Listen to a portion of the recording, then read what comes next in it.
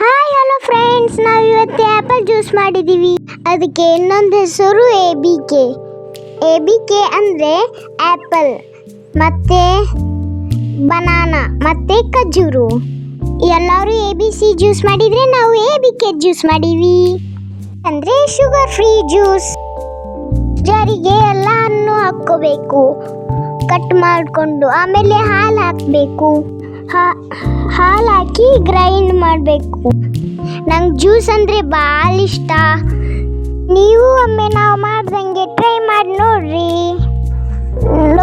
ಅದು ಸಣ್ಣ ಆಗೋ ಮಟ್ಟನು ಅದಕ್ಕೆ ಮಿಕ್ಸ್ ಮಾಡಿ ಅದು ಗ್ರೈಂಡ್ ಮಾಡಿಸ್ಬೇಕು.